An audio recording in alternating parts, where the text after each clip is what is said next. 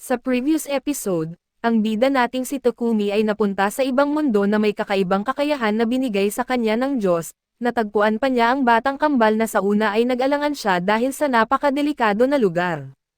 Lingid sa kanyang kaalaman, ang kambal pala ay may kakayahan sa karate na parang si Bruce Lee at nagulat siya sa mga batang ito na sa kalaunan, ay kanya namang tinanggap bilang kanyang mga anak at siya ang tumayong tatay nila sa bagong mundo na ito.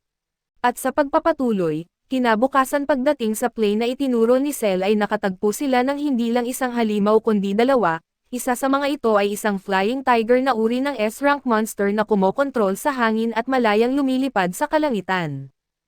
Ang isa naman ay isang Thunderhawk, isang gintong lawi na gumagamit ng Thunder Magic at may bilis na parang Sonic at tungkol sa kanilang mga pangalan, pinili ni Takemi na tawagin ang tigre na Fit at ang lawi na Bolt. Sa katunayan ay ipinadala na ni Cell ang mga kwelyo para sa mga hayop kaya sila ay maayos na nakasuot at nasanay na sumali sa White Wings upang maiwasan ang anumang isyo sa ibang tao. Ang mga kwelyong ito ay maaaring lumiit kasabay ng mga alaga, na nagpapalitan nyo sa kanila na parang mga kuting at tuta. Interesado ang mga bata sa mga kwelyo at nais din nilang magsuot nito kaya't ipinaliwanag ni Takemi na hindi magandang ideya para sa kanila na gumamit ng ganoong mga aksesorya, dahil kakaiba ang magiging tingin ng mga tao sa isang matanda na may kasamang mga bata na may suot na kwelyo ng alaga.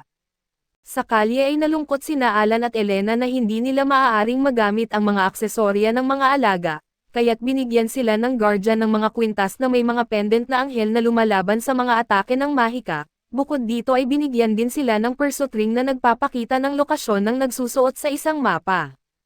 Sa wakas ay binigyan din sila ng bawat isa ng isang magical pouch para makolekta ang mga gamit sa kanilang mga pakikipagsapalaran, matapos ang lahat ng ito ay inihayag ni Takemi na oras na para bumalik sa lungsod kaya tinawag niya pabalik si Bolt at pinapanatili sina Fit at Jules sa kanilang mas maliit na anyo. Pagdating nila, naakit si Alan sa isang tindahan na puno ng mga stuffed animals kaya't dinala ni Takemi ang mga bata sa loob ng tindahan. Tinanong niya ang tindera kung maaaring gamitin ang mga ribbon bilang decoration sa buhok at sa halagang 50 gold coins bawat isa, binili niya ang mga ribbon para sa buhok ni Elena.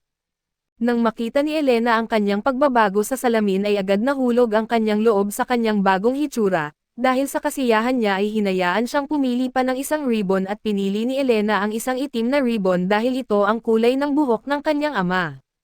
Tinanong ng tindera kung pinili ba ng bata ang kulay na iyon dahil mahal niya ang kanyang ama at kinumpirma ni Elena ito ng oo, na ikinalugod naman ni Takemi at tinanong niya si Alan kung may gusto siyang bilhin kaso naramdaman ni Alan na hindi bagay sa kanyang estilo ang mga ribbon kaya't umiling siya.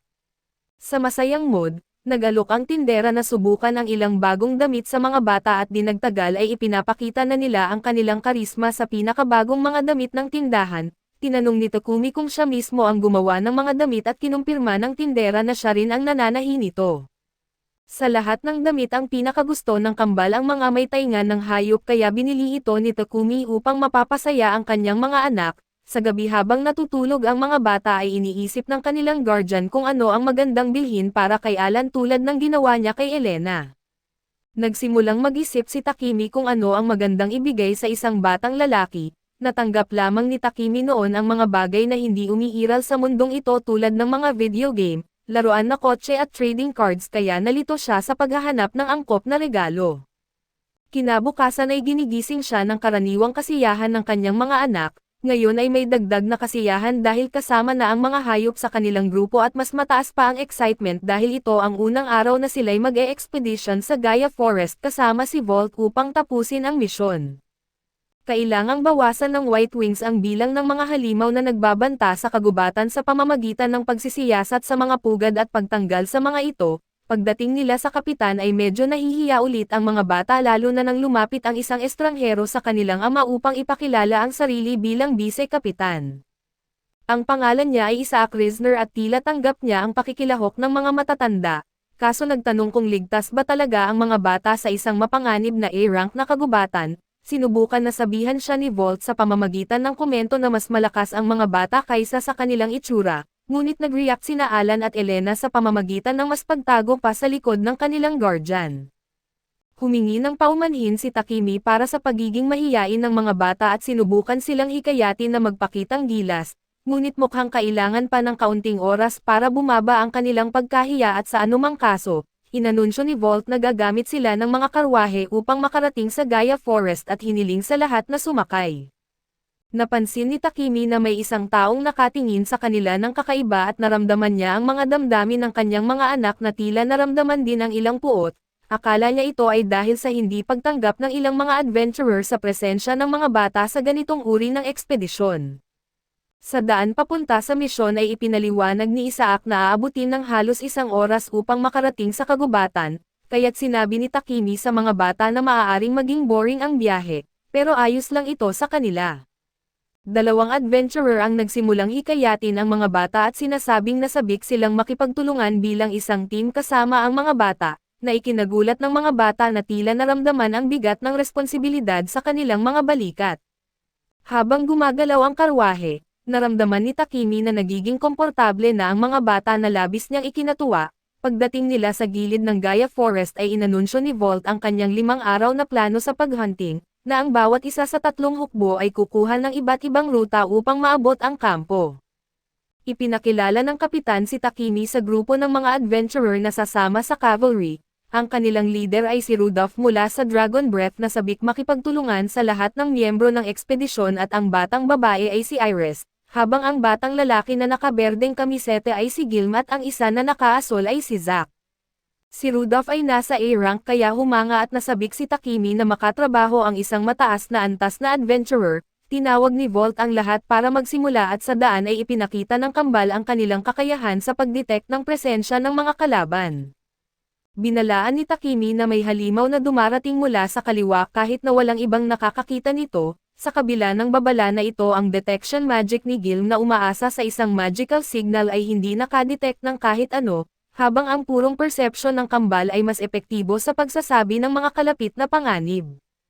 Makalipas ang ilang sandali, sa wakas ay nadetect ni Gilm ang presensya at ang grupo ay pumasok sa combat mode. Di nagtagal ay lumitaw ang isang pulang lobo mula sa kagubatan na ikinagulat ng mga adventurer. Ngunit hindi tulad ng iba ay tuwang-tuwa sina Alan at Elena sa presensya ng hayop at tumakbo upang makipaglaro dito, na nagpapaalala kay Takemi na nakalimutan niyang sabihin sa kanila na manatiling tahimik at sa isang sulok. Sinipa ni Alan ang halimaw na sinundan ni Elena at magkasama nilang natalo ang kaaway sa loob lamang ng ilang segundo na ikinagulat ng lahat. Karaniwang hinahaplos ni Takemi ang ulo ng mga bata upang purihin ang kanilang tagumpay, kaso sinabi sa kanila na magpahinga at hayaan naman ang iba na mangaso. Samantala gusto ni Volt malaman kung ano ang kanilang nasaksihan dahil ang mga pulang lobo ay mga C-rank na nilalang. Naalala ng kanilang ama ang araw na pinapabagsak ng kambal ang isang kalbo na lalaki sa Adventurers Guild, bagaman kahanga-hanga ang tagpo na iyon subalit iniisip ng kapitan na nangyari lamang iyon dahil naging kampante ang lalaki. Hindi niya akalain na ang mga batang ito ay tunay na makakapatay ng mabangis na halimaw gamit lamang ang sipa. Naalala ni Takemi ang pagkakatagpo sa kambal sa Gaia's Forest na ikinagulat ng mga adventurer, sa katotohanan na nakaligtas ang 2 bata sa napakadelikadong kagubatan.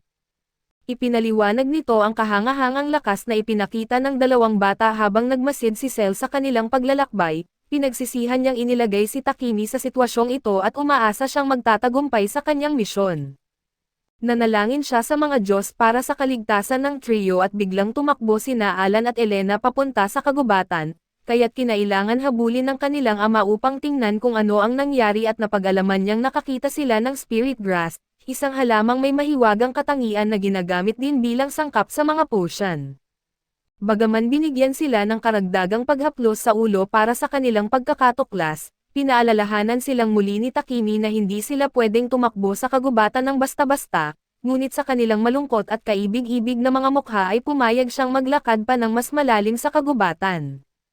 Di nagtagal ay nakakita sila ng slimy rock moss na isang epektibong lunas para sa pangangati, ngunit maaaring magdulot ng pantal kung direktang madikit sa balat at naalala ni Isaac nang gamitin ng kanyang kapitan ang moss na ito upang gamutin ang kanyang pangangati.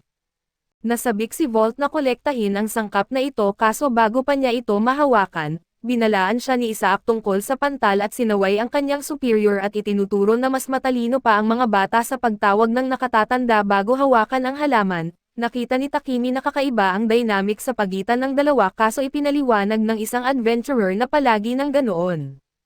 Para mas mapalala pa ang sitwasyon, ang mga pagsaway ay tumagal ng higit sa 1 oras kaya't tinawag ni Takemi ang mga bata at hiniling sa kanila na gumawa ng isang bagay ng palihim, dinala ng kambal ang balabal ni Isaac at iniabot sa kanya ang isang bag ng moss na ikinalugod naman ng bise-kapitan, at nakalimutang muling pag-alitan si Volt.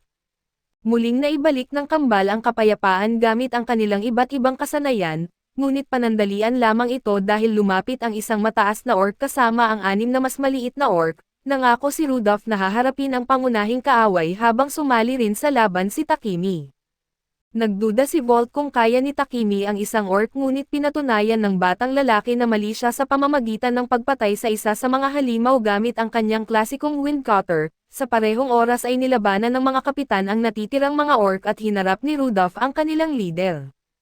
Matapos ang tagumpay ay hiniling ni Volt ang isang paliwanag kung paano nagawa ng isang di umano'y walang karanasang adventurer na wasakin ang isang orc sa isang galaw. Hindi nagustuhan ng kambal ang paraan ng paglapit ng kapitan at tiningnan siya na parang galit na mga aso. Gayunpaman ay natuklasan ng lalaki na ang rank F ni Takumi ay isang pekeng ranggo at iminungkahi kay Rudolph na ayusin ang ranggo ng bata pagbalik nila sa Adventurers Guild. Hindi maintindihan ni Takemi kung paano maiaangat ni Rudolph ang kanyang ranggo sa pamamagitan lamang ng paghingi, kaya't ipinaliwanag ni Rudolph na ang rekomendasyon mula sa isang mataas na antas na adventurer ay sapat na para itaas ng guildmaster ang ranggo ng isang tao depende sa kaso. Bumalik sa kamakailang labanan, napansin ng A-rank adventurer na maraming mga orc sa gilid ng kagubatan at kakaibang kalmado ang paligid. Ibinahagi ni Isaac ang parehong pangamba dahil bihira ang ganitong pangkat ng mga halimaw doon, itinuturing itong isang masamang pangitain. Sa seryosong mukha ay inanunsyo ni Volt ang isang buong investigasyon hanggang sa biglang humiling ang kambal ng isang malamig na merienda sa kanilang tiyuhin. Habang kumakain ay tinanong ng kapitan kung paano nakuha ni Takemi ang ghost bread na kilala sa pagiging sobrang bihira sa mga bake shop.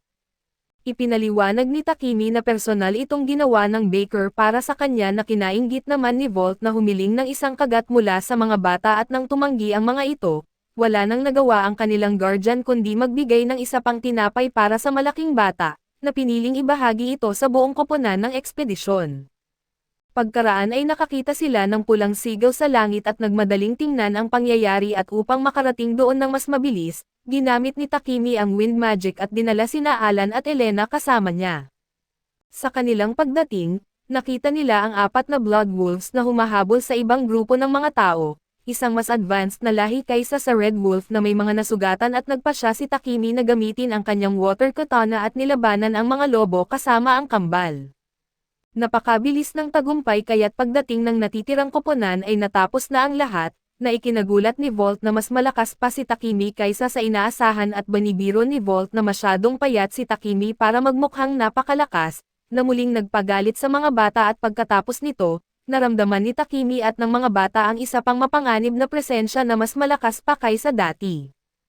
Kaso dito muna matatapos ang recap natin sa bagong anime na ito. Salamat sa inyong panonood hanggang sa muli.